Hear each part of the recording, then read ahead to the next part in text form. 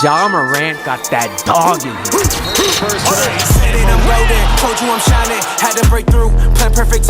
So, of course, all eyes have been on Ja Morant and the Memphis Grizzlies since the March 25th Shams bomb in which he... Is that racist? Shams bomb? Y'all know what I'm trying to say. Anyways, let's call it a Shams wow. But, of course, everyone's been watching the Grizzlies since Shams Charania came out with a report a couple days ago that shocked everyone, in which he said that the Grizzlies have fired their head coach, Taylor Jenkins. And since then, the Grizzlies have lost to the Lakers, they lost to the Celtics, and the remaining 7 games this year are pretty tough as well. They play the Warriors tonight, followed by a trip to South Beach, where they're going to get their ass kicked by the hottest team in the NBA. And then they play the Pistons. They do have an easy game versus the Hornets, but then they close their season with the Timberwolves, Nuggets, and the Mavericks. So obviously they have a bit of a rough stretch to end the year. So because of that and the firing of their head coach, there's basically been a new Ja Morant rumor every single day. Today you had Sam Amick of The Athletic say that he's getting a little bit of the same vibe as the De'Aaron Fox situation, and he said, keep your eyes on it and see where it goes. Now, in his report, Sam Amick did note that the Grizzlies front office came out and said that they're not trading Ja Morant, but that's basically a staple of things that front offices say right before they trade someone, so do with that information what you will. And already there's been a lot of reports that have come out about the Taylor Jenkins firing. This one ESPN article in particular by Ramona Shelburne, Tim McMahon, and Michael C. Wright, they came out and said that Ja Morant has been unhappy about his touches this year. Apparently, he's averaging a career low in average touch per length and dribble per touch per season, which is at 22.4. I don't even know why they measure this stuff, but apparently Ja Morant was frustrated with that, and his field goal percentage this year of about 45% is the worst of his career. And they're reporting that Ja Morant actually let these frustrations be known both publicly and privately. So while the rest of the world was shocked at the firing, I did hear a lot of Grizzlies fans saying that they weren't too surprised just because the team wasn't playing as well.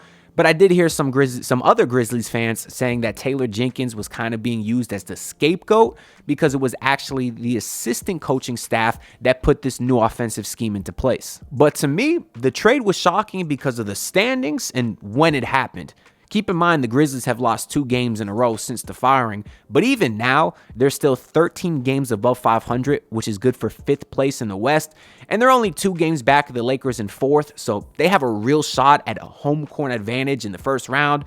They're actually only 3 games behind Denver in 3rd place, and I understand that they're still pretty close to the play-in. They're only 1 game up of the Timberwolves in 7, and same thing, 1 game up of the Clippers in 8th. So a lot could change throughout the rest of this season, the final 7 games.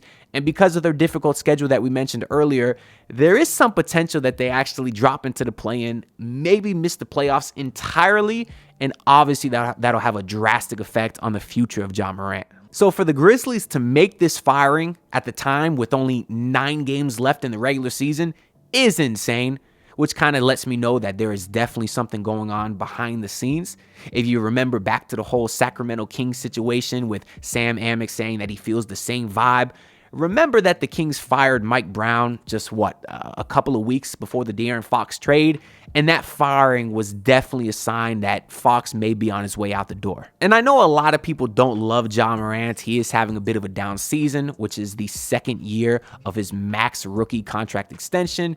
This year, he's making about $37 million. He's making $39 next year, $42 million the year after that. And then the final year of his rookie extension, he'll be making almost $45 million at the age of 28 years old. And although it's not drastic, his numbers are pretty much down across the board this season. He went from averaging 25 points last year to only 22 points this year. His assists and rebounds are both down by about 1. And then last year he shot 47%. This year he's at a little less than 45. And from 3 last year, he shot 27.5%. And now he's at about 29. So his 3-point percentage is up slightly.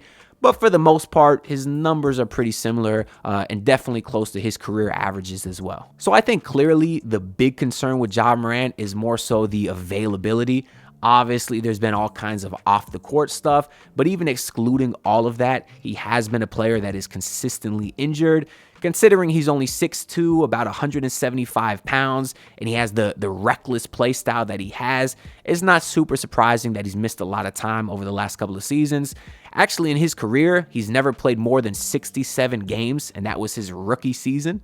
Last year, he only played 9 games between the suspension and the injuries. This year, he's on track to miss almost 40 games, so there's definitely a lot of concerns there. But I do think the Ja Morant disrespect has gone way too far. There was an anonymous executive that came out today and said, does he sell tickets? Yes. Is he a top 25 player when healthy? Yes.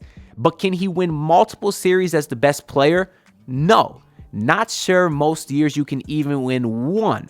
Plus, he is always hurt. Now, I think that's a ridiculous statement because we've constantly seen Ja Morant in the playoffs just absolutely thrive and look like the dominant force that he is. In his 3 postseason appearances, he's averaging 27 points per game on 45% from the field and 36% from 3. Even last season, he was shooting 42% from 3. I understand that was only in 5 games, but if you look at his playoff points, they have always stood out. And the thing that I've loved about Ja Morant in the postseason is he's not afraid to get the ball late in games and attack and be the guy. And he's not settling for some terrible shots. He's able to get to the rim at will, and I think that's invaluable in the playoffs. So as a Heat fan, I would definitely want him here. And I spent a little bit of a time cooking up a trade to show you what it might look like. I interrupt this video to tell y'all about something that you're definitely going to want to hear about, because let's be honest, things aren't so great with the Miami Heat right now, but that's okay because March Madness is here and every game is a chance to cash in. And y'all know I'm locked in, so I got to dabble a little bit in the sports betting. So what better way to do that than with MyBookie's Bet and Get program, where when you bet on the March Madness game, you get a surprise reward. That could be cash back, bonus chips, free bets. You never know what's coming next. And as Heat fans, y'all should be locked in too, because truthfully, we're probably going to have a very high draft pick, but I'm good with that because Cooper, Flag, VJ, Edgecombe, all the top prospects are looking amazing. So make sure y'all get in on the action with MyBookie and sign up using promo code MM50. That's MM50. And that will allow you to boost your bankroll with a deposit bonus to make sure you get the most out of your money. And if you don't want the deposit bonus, that's okay too. Just make sure to let them know that I sent you. So bet on any game, anytime, anywhere, only with MyBookie. Now, let's get back into the video. In this trade, I have the Miami Heat receiving Ja Morant and sending over the contracts of Terry Rozier, Kyle Anderson, Jaime Jaquez Jr., Nikola Jovic, and 2 first-round picks. Now, of course, there's a few caveats with this trade. For one, Jaime Jaquez has a team option that will need to be accepted. Nikola Jovic is up for an extension, so there will be some talks there. And there's also other variations of this trade where maybe the Grizzlies prefer the contracts of Duncan Robinson and Haywood Highsmith instead of Terry Rozier. But we'll talk plenty of more Ja Morant trade packages as we get into the offseason.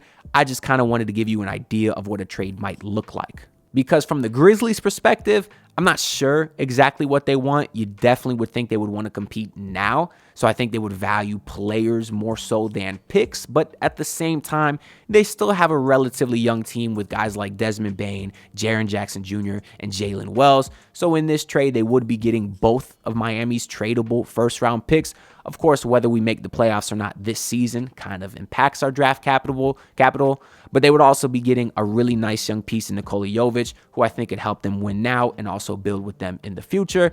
As far as Jaime Jaquez, I think his trade value is very close to 0 right now, although in my personal opinion, I haven't given up on him as a prospect because he is still a sophomore with a lot of area to improve in his game. They would be getting back Kyle Anderson, which is a nice vet for them that has been there before, so I'm sure they like him. And even if they don't want Terry Rozier, obviously, he's not a Ja Morant replacement, even though he's the same position. But even if they don't want him, he will be an expiring contract next year. So I think acquiring him isn't worst case scenario for the Grizzlies because they could just shed his money the following offseason. And like I said, we'll do other Ja Morant trade package videos at a later date. But maybe there's the potential of a disgruntled star for disgruntled star swap, where instead of sending Ja to Miami Heat, maybe they send him to Phoenix for Kevin Durant. Of course, there was a lot of talks this past trade deadline. The Suns were trying to offload Kevin Durant for Jimmy Butler. They couldn't make it happen. Maybe there's an avenue where they could do the same trade for Kevin Durant. So there will certainly be a lot of bidders out there for the Memphis Grizzlies. Although I think Ja Morant's trade value is currently at an all-time low, that doesn't mean that I think it's super low, just because he still is only 25 years old, who has already accomplished a lot in terms of stats and awards. And I think there's a lot of potential still there with Ja. But let's say a trade like this does go through. From the Heat side of things, you could feel the starting lineup of Ja Morant, Tyler Hero, Andrew Wiggins, Bam Adebayo, and Khalil Ware. You would still have some okay depth off the bench with Hayward, Highsmith, Duncan, Pelle Larsson. If you could resign Davion Mitchell, of course, you would still need a backup big man, regardless of if the Heat do this trade or not. They're going to need some backup size off the bench, but I think that starting lineup for the Heat is very, very nice. I'll note right away the shooting concerns. Obviously, that's not Ja Morant's game. Although Wiggins has been a great shooter with the Heat, he's not known as someone who's just a reliable knockdown shooter. Bam Adebayo has picked it up as late. That's not his game. Same thing with Khalil Ware. So you'll still have some shooting concerns in the starting lineup. I'd kind of hate to go back to that, especially considering we just spent all these years with Jimmy Butler, where shooting was a concern, although the Heat team had some success. But to me, you get a guy like Ja Morant who could finally provide some dribble penetration, which really opens up the entire offense, because the Heat haven't had any dribble penetration, especially from a guard spot, since Goran Dragic. So although they would be losing some shooting by supplementing a Duncan Robinson in the starting lineup with a Ja Morant, having someone who can get into the paint for driving kicks and keep the defense moving will open up a lot more for the offense than his lack of spacing takes away. Defensively, I'd be curious to see what that backcourt can provide. Ja and Tyler are certainly a smaller backcourt, but I do think Ja Morant can maybe learn to be a decent enough defender because of his athleticism. And then if you surround Tyler with guys like Wiggins and Bam, have Khalil Ware on the inside, I do think that could be a very solid defensive starting unit. The injury stuff does scare me, as we mentioned earlier, because again, you just got rid of Jimmy Butler, who had availability concerns, while Tyler Hero has played over 70 games this year, and I want to credit him for that. Historically, he has shown some injury concerns as well. So anytime you're bringing in a guy who still has those concerns, it's going to scare me. But because Ja is only 25, I'm hoping maybe the Heat coaching staff can kind of tell Ja to mold his game into maybe a little bit of a less reckless, safer way to play. Because as he gets older, he's going to need to learn how to do that, or else his body is just not going to last. And as far as off the court stuff, I'd like to believe that the mysterious Heat culture can help him not flaunt guns on IG Live anymore. But truthfully, I think the Grizzlies is a very good organization as well. And if they weren't able to kind of teach him some or give him some PR training, I don't know if the Heat can, but still, he's not that old. I'd like to believe that he can continue to mature and grow as he gets older in life. There's still some other questions for the Heat. Maybe they would trade Tyler Hero for Ja Morant. I certainly think Ja Morant is a better player. But then again, you're going from an above average team to maybe a slightly above average team if you were to flip those two. I really would like to see if the Heat would be able to pair a guy like Ja next to Tyler Hero. The same thing goes for maybe a guy like Trae Young. You know, maybe if there's an option out there, the Heat are certainly going to go whale hunting this offseason, as they should. I think wholesale changes are needed. So maybe they would rather go after a Trae Young instead of a Ja Morant. There might be some options out there. Now, I say might because for years I remember saying, do we want Giannis or do we want Harden or do we want KD or do we want Donovan Mitchell? And the Heat got none of them. So I don't really think the Heat are in a spot to be picky, but it's just something to think about. Either way, the Heat certainly need to make a move, and I think Ja Morant could be a decent buy low candidate. But let me know what y'all think down in the comments below. I'm very curious to hear what y'all think. Like the video, subscribe, all that stuff is greatly appreciated, and I'll see y'all in the next one. Peace out, everyone. Look, pull up in your city tryna get that dead face. Do it on my own, I don't need no dead weight. Had to kill him off, yeah, I need a head space. You know this homegrown bitch don't offend me.